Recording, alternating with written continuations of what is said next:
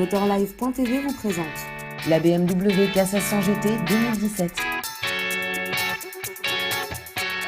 Autre nouveauté sur le stand de BMW à l'Intermote 2016, c'est cette K1600 GT. Alors c'est pas une nouvelle moto, mais c'est l'évolution de celle que l'on connaît déjà, qui évolue pas mal d'ailleurs, puisque vous remarquerez certainement quelques modifications sur la face avant, si l'on peut dire, de cette moto, avec des déflecteurs qui ont été complètement revus.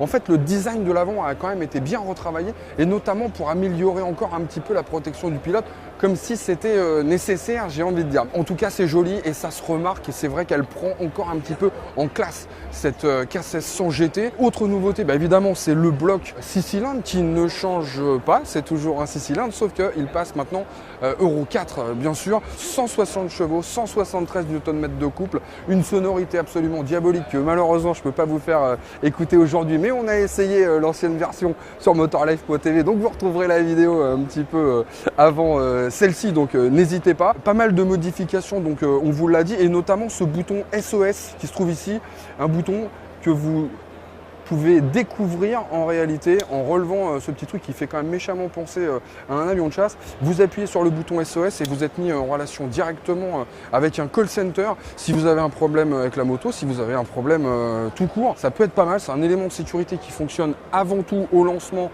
en Allemagne, mais on nous promet que ça va arriver partout dans le reste du monde et même au-delà, paraît-il. Donc on va bien sûr pouvoir en profiter assez rapidement. Une bonne idée en tout cas en termes de sécurité, ça c'est sûr. Une jolie amélioration qui concerne la suspension, maintenant un ESA dynamique. Donc c'est une moto qui pratiquement en toutes circonstances s'adapte à la façon dont vous conduisez, mais aussi à la façon dont la chaussée se présente devant vous. Si ça se dégrade vraiment, vous gardez beaucoup de confort et on peut passer en mode dynamique. Donc ça c'était le mode road. Si vous passez en mode dynamique, là ça raffermit l'ensemble et ça devient, on peut dire, très sportif. Et pour avoir essayé la version précédente, c'était déjà pas mal. Là, j'ose pas imaginer, je suis assez pressé de voir ce que ça peut donner. Je ne vous le cache pas. Et dans un pack optionnel, ce nouveau phare directionnel BMW adapté donc à la moto et qui permet de toujours rester bien éclairé sur la route, quelle que soit la façon dont vous vous positionnez sur la route. C'est un vrai plus ça aussi en termes de sécurité. Et puis un petit élément tout bête, une signature qui apparaît maintenant dans le tableau de bord, un nouveau tableau de bord avec la signature K1600 GT. C'est en partie comme ça que vous pourrez la reconnaître quand vous êtes installé dessus. Et enfin, mais c'est optionnel, on va pouvoir doter cette moto d'une marche arrière. Quand on a un beau bébé comme ça, c'est pas mal. Et puis d'un shifter pro qui va permettre de passer ou de rétrograder donc, les rapports sans avoir à intervenir sur le levier d'embrayage.